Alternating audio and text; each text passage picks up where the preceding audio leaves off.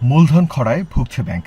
বিগত সরকারের আমলে বিদেশে পাচার হয়েছে টাকা, টান পড়েছে রপ্তানিতে। এমন পরিস্থিতিতে দায়িত্ব নিয়েছে নতুন সরকার। বিশ্বস্তার সহিত পালন করিব।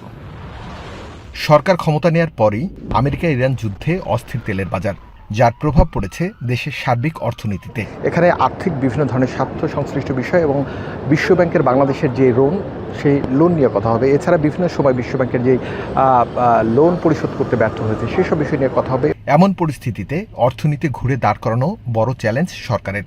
ভঙ্গুর অর্থনীতির টানাপোড়েন অবস্থা কিভাবে ঠিক করবেন সে হিসেব কষতেই বিশ্বব্যাংক ও আইএমএফের বসন্তকালীন সভায় যোগ দিয়েছেন অর্থ ও পরিকল্পনা মন্ত্রী সহ 11 সদস্যের প্রতিনিধি দল।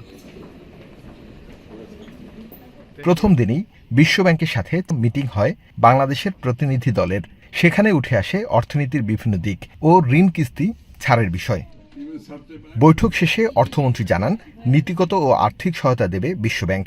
ভেঙে পড়া অর্থনীতি ঘুরে দাঁড়াবে এমন আশ্বাস দিয়ে অর্থমন্ত্রী বলেন, ভালো কিছু অপেক্ষা করছে বাংলাদেশের জন্য। পুরো অর্থনীতিটা একটা ঘাটতির মধ্যে, তার উপরে যোগ হয়েছে এই মধ্যপ্রাচ্যের যুদ্ধ, আবার ফার্দার ঘাটতি। এই সব কিছু আলোচনার মধ্যে আসছে এবং এগুলোর সমাধানের জন্য আমরা বিভিন্ন পদক্ষেপের কথা আলোচনা হয়েছে এবং ওয়ার্ল্ড ব্যাংক আমাদের সাথে পার্টনারশিপে এসে এগুলোর সমাধানের জন্য সচেষ্ট থাকবেন, বোথ পলিসি লেভেলে এবং ফান্ডিং লেভেলে। সার্বিক আলোচনা সফল হয়েছে এমন দাবি করে অর্থমন্ত্রী বলেন, অর্থনীতির ঘাটতি পূরণে সফল হবে সরকার। বাংলাদেশের বর্তমানে ইকোনমিক যে প্রেক্ষাপট, এটা পরিষ্কার সবার কাছে। এখন এখান থেকে বেরিয়ে আসার জন্য যে বাংলাদেশের সাথে ওয়ার্ল্ড ব্যাংকের যে পার্টনারশিপ, এটাকে আমরা কিভাবে ব্যবহার করতে পারি, এবং এই ক্ষেত্রে তারা খুবই পজিটিভ এবং বিস্তারিত আলোচনা হয়েছে এবং তাদের রেসপন্স খুবই ভালো এবং তারা এগুলো কিভাবে ইমপ্লিমেন্ট করবে অতটুকু পর্যন্ত আলোচনা হয়েছে। চিন্তা না করে দেশের মানুষদের অপেক্ষা করার পরামর্শ প্রতিনিধি দলের।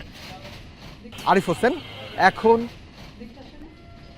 Lily ultra soft serum gel, যা গভীর থেকে স্কিনে দেয় 3 গুণ সিরাম হাইড্রেশন। সিরাম জেল হাইড্রেশনে ব্রাইট থাকো সব সিজনে।